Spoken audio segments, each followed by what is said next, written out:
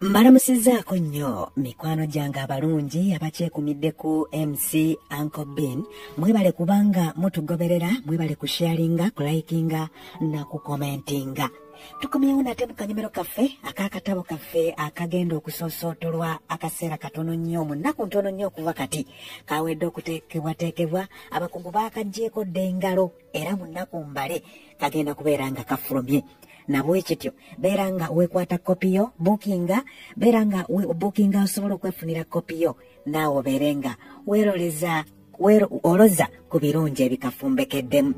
Okubookinga akatabo kano kuba ku ssimu 0750999886 0750999886 obeere ng'oyogera butereevu ne MC Uncle Ben. Olunaku olwaleero tuzeeyo mu ssuula yaffe Yezeberi nattabula we tuba tutandikira tusosootole. Olumu omuwala omu eyasomanga amawulire ku Kisula TV yeerolera eggero abaawanuka mu kalina abiri gye yaweererezanga amawulire mu budde awo ng'obwakawoza amasiga n'aggwa ku mukama w'ensi yaleeta ng'omumwa gwagalanye n'ogwa Yezeberi. Bano yabasanga mu kalikonda akaali mu lukuubo olwo nga kalimu n'akazzikezzike ne yeewugulaza ng'atabalabye, wabula kino tekyamuwonya. Kye baakola okusaanyaawo obujulizi waayita ennaku ntono n'akwatibwa ku nkoona. Ate omulundi omulala omuwala yayogereranga mu nnimi era nga muganza eri abawuliriza yagwikiriza Yezeberi mu yaafeesi ya nsi yaleeta ng'amulaga ekkula Mukama lye yamuwa. Omuwala ono yaliko by'ayagala okubuulira mukama we, ebyembi teyakonkona. Agenda okubandula oluggi nga Yezeberi asumuludde omuwalume gwe yali yezingiridde ku nkuuta buliri ng'ali mu kwebitiggula bwe yeenyogootoza ekiwato. Eno nga nsi yaleeta bw'aliisa eriiso.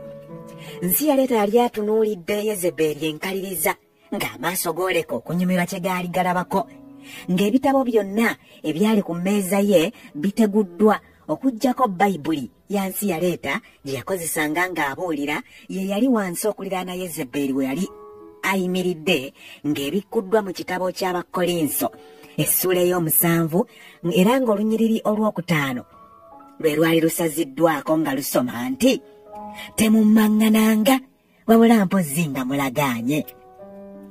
Amaaso ga nsi yaleeta gaali gagondedde ddala nga si ge gali ag'ekkabyo era oboolyawo omwana muwala taba kubandula luggi akaseera kaali kabulayo katono ekimanyi kigwe n'amenvu.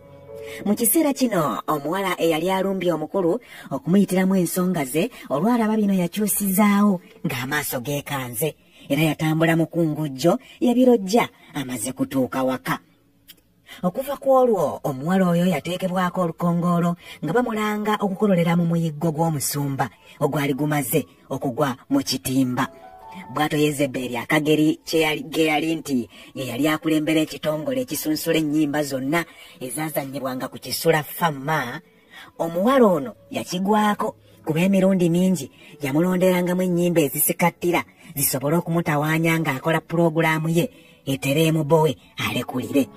Omuwala yalaba taabisobole ng'abakwanga bbaluwa erekulira, wabula ne bannalumansi tebaategana kumubuuza lwaki yali asazeewo okulekulira. Ebirala bikulume naye tolumwanga omukwano ogw'enkukutu anti oyinza okuyoya okusitula ku munno ate n'ojjukira nti bikyali bya nkiso ne weekuniza. Kino kyalumanga nnyo Yezeberi era olumu yabuulira ku mukwano gw'omukyala yayitibwanga Summa eyakoleranga ku Kisula TV n'amusaba amagezi olw'omukwano gwali gumutembye ejjoba. Lumwera baba batudde ne Summa, nakyala n'ayanjula ekizibu kye ng'anoonya omuntu ayinza okumutaasa n'omunkuduulu oguyinza okumwongeza ku malombe g'abafumbo, anti yalina omunyalwanda we ng'ebya Nabukalu bimutamye akirako omuti ogusima ebbumba. Bwe yanyumizanga omunyalwanda we tebaamanyirawo nti mukama waabwe ensi yaleeta ye yalinga agujubanira erizzi okumunoga. Bw'ati Summa teyali mubi akageri kye yali omujagujagu ng'asika kyafa kirina kiye ng'amukwanga kaddo ke yayita muyiwa.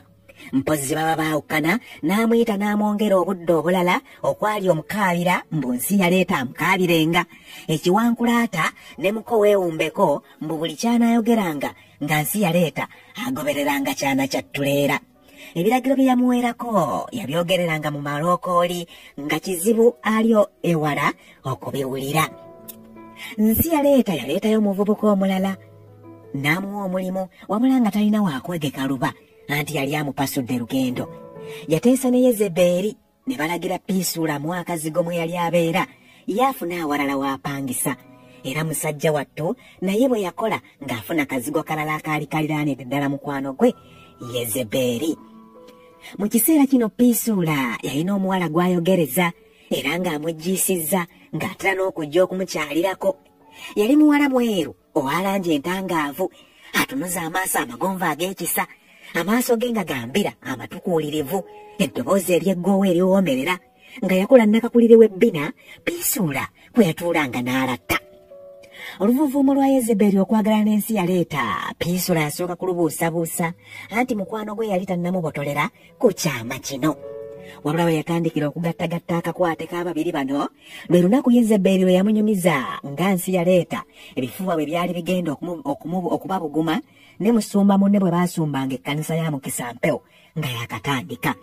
Ngono ye mutabani w'omusumba w'ekkanisa y'Amagero nsi yaleeta gye yali yasookera.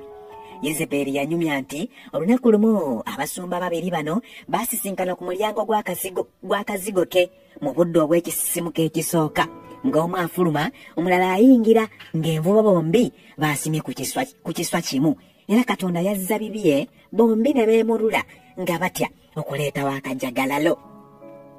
Nga wakayitawo dimansi nga bbiri ensi yaleeta yawemukira musumba munne oyo n'amugoba mu kkanisa ye, si kulwa ng'abojjera ddala enswa ye gye yali amaze okusaayira. Ye mwana muwala ng'awoza kimu muleppuke anti teyaggwebwangako kasente nga ne bwayo yakaleega mapuubo ka bukadde 3 obw'ensimbi. Nsi yaleeta olw'okulaga nti musajja mmekete ng'ensimbi asola.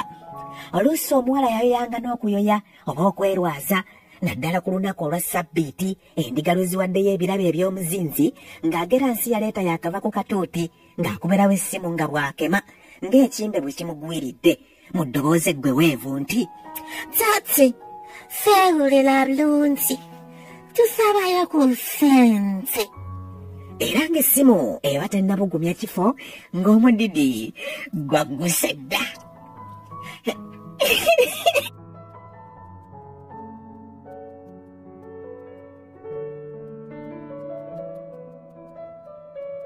Omulungi ali ku MC Uncle Ben Channel. Akatabo kano kaggwawo lwa buwoomi. Beera naawe ng'okeegulira osobola okuba nga oyongera okuluza ku birungi ebifumbekeddemu. Nsobodde kunosolerako ako enseko zimpitamu. Beera ng'obukinga akatabo ko kabeere nga kakutuukako mu nnaku ntono nnyo kubanga abakugu baakagyeko engalo. Koona ku ssimu 0750 99986 obukinga akatabo ko ne MC Uncle Ben. Tusisinkane mu comment section ombuulire ggwe kyolowooza ku bye nkunosoledde mu ssuula eyo. Mukama bampeere bye munjagaliza.